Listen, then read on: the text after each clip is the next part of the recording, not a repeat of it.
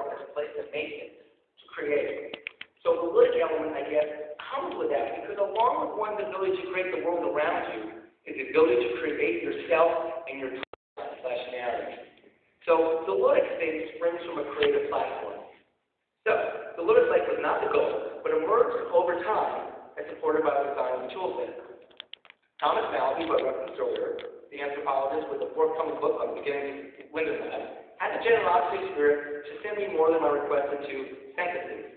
He sent me 2 chapters from Making Virtual, Linden Lab, and Second Life, coming out in 2009 from Cornell University Press. It was a privilege to read it. I highly recommend it, and I'm excited to share with you a few excerpts with his permission that relate to what we're talking about. The chapter most relevant is titled Knowing the Gamer from the Game. In recounting the early history of Second Life development, he reports that Linden had not expected the cultural aspects of Second Life to happen at all, and they were still very much in a period of adjustment in this regard.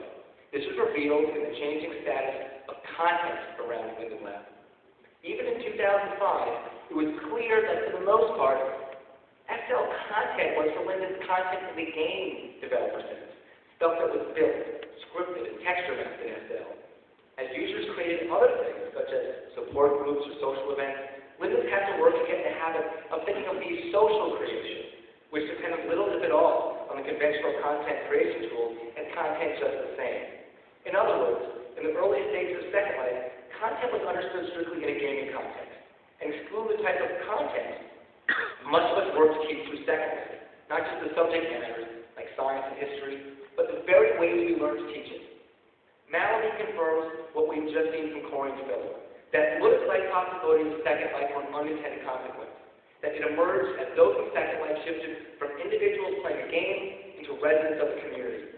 This was only possible, Malaby would argue, because the existing gaming culture of Linden Lab led them to create Second Life with the proper game-like tools and affordances required to allow these consequential activities to take place, to allow meaning within the game space to transfer beyond the lines of its rules and code. So while not designed with intent, the possibilities of living the Ludic Life were nonetheless designed into the new world, eventually realized with the use of users like us.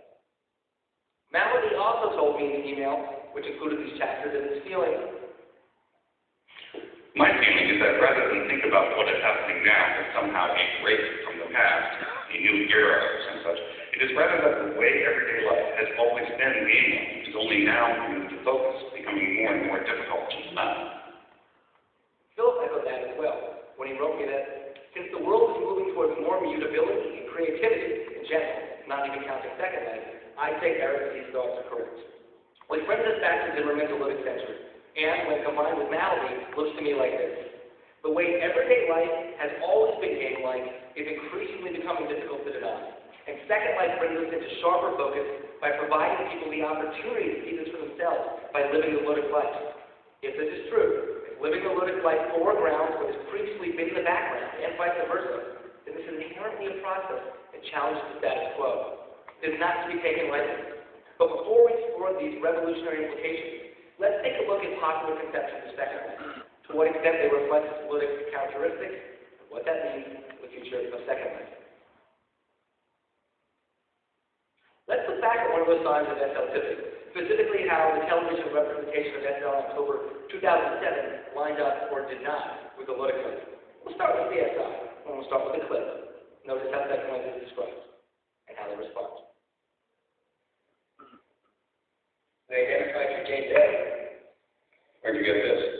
Go Images. The internet. I'm a sort around the big photo of missing persons. So rather than a physical video game place. It's not a game. I was just going to technology though. It's not a cartoon. Right? She's an addict art and her name is How do you know? She's a cyber celebrity. Paris Hilton of Second Life. Second Life. It's a metaverse, an online social network inside a virtual world. First lifers, guys like us, we log on, create 3D virtual characters, create simulated worlds, make friends, start businesses. Why? It's fun. It's fun, but what does CSI tell us and shows the viewer about how it's fun? With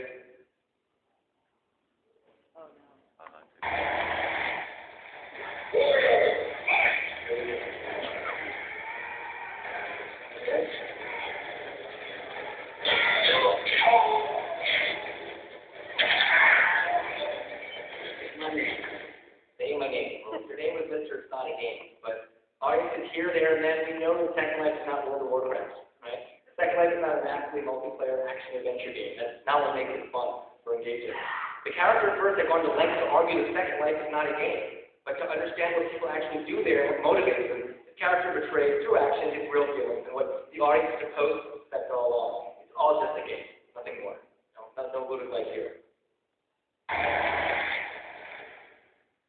The episode of The Office, however, goes even further in failing to present the Ludic Life. We're going to watch two scenes. The first and the last one to do with Second Life. And notice if you see any similarities between what we just watched and this.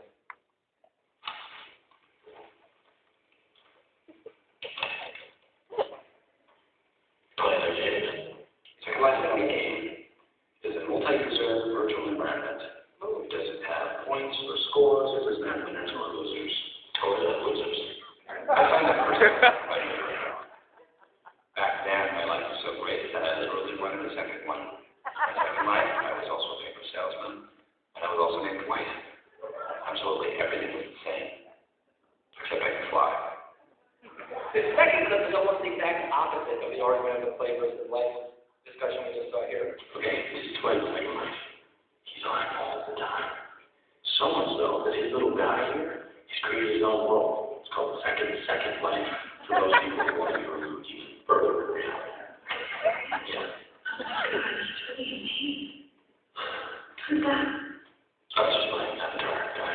Remember? He looks a lot like you. How much could you do? Not much. It's just for attracting the life, so.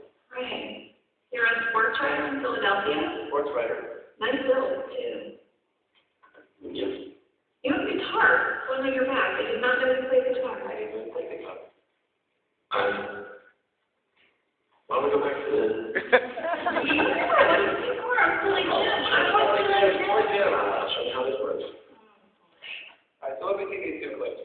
In short, Dwight was looking to extend his life, albeit in a TV absurd way, in the Second Life. In fact, he wanted to have even more life as a paper vendor in Second Life with Second Life, right? Which presented as not extending his reality, his life, to a virtual space, but rather a way to disconnect from reality. It seems pathological or suffering, right? Jim, however, uses Second Life to play, creating a fantasy version of himself as a guilty pleasure, Silly Jim, his reporter, which his love interest Pam teases him about.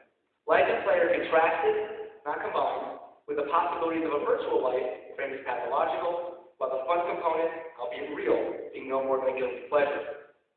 Break this down in a little more detail. So let's break down the first clip, the argument that was about living in Second Life twice. First, we have the thesis that SL is for play, playing that game again, Jim says, and then the antithesis from Dwight, Second Life is not a game. And then the new thesis from Dwight about SL's for your life. My life was so great, I literally wanted another one. And the second clip is the inverse. We hear this idea that Dwight wants to create Second Life, this argument that SL is for your life. With the antithesis from Jim saying it's pathological. It's for those people who want to even further move from reality, and Pam saying that he's in pain. Finally, a new thesis from Pam that SL is for play, noticing that Jim is a sports writer in Philadelphia in Second Life. He has a big, good bill. That he has a guitar, but he doesn't really play. In both of them, you have thesis, antithesis. But where's the synthesis? Right? Where's the combination of Silly Jim and Salesman Dwight? What would it look like if they were both living